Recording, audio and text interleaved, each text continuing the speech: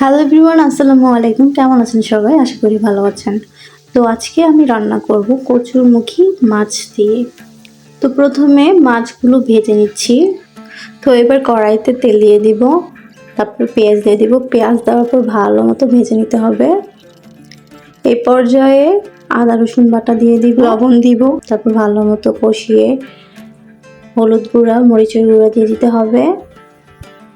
তারপর ভালো মতো কষিয়ে দিতে হবে, হালকা একটু পানি দিয়ে দিলাম, তারপর ঢেকে দিলাম। ঢেকে দেওয়ার পর তরকারিটা ভালো মতো কষানোর পর কচুরমুখীগুলো দিয়ে দিতে হবে। তারপর কচুরমুখীগুলো নাড়া দিয়ে দিচ্ছি। তরকারি যত কষানো হবে তত খেতে সুস্বাদু হবে। এ পর্যায়ে হালকা একটু পানি দিয়ে দিলাম। এবার ভালো মতো কষানো হচ্ছে।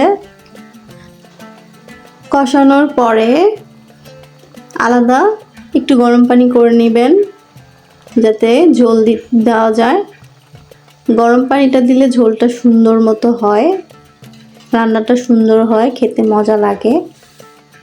এ পর্যায়ে আবার একটু ঢেকে দিচ্ছি। এবার গরম পানি দিয়ে দিব। এটা হচ্ছে ঝোল রাখবো। তো এখন যে পানিটা দিলাম এটাই লাস্ট পর্যন্ত থাকবে। এই পানি দিয়ে মানে যতটুকু ঝোল থাকে। এ পর্যায়ে মাছগুলো দিয়ে দিচ্ছি, ভাজা মাছগুলো দেওয়ার পরে সুন্দর মতো নেড়ে দিচ্ছি। এই তো হয়ে গেল আমার কচুরমুখী রেসিপি। আপনারাও বাসায় ট্রাই করে দেখতে পারেন, অনেক মজা হয়েছে। আপনারা বাসায় যখন রান্না করবেন তখনই বুঝতে পারবেন। তো আমার মৃগেল মাছ দিয়ে কচুরমুখী তরকারিটা হয়ে গেল।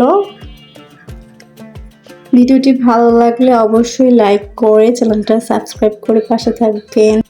আল্লাহ হাফেজ।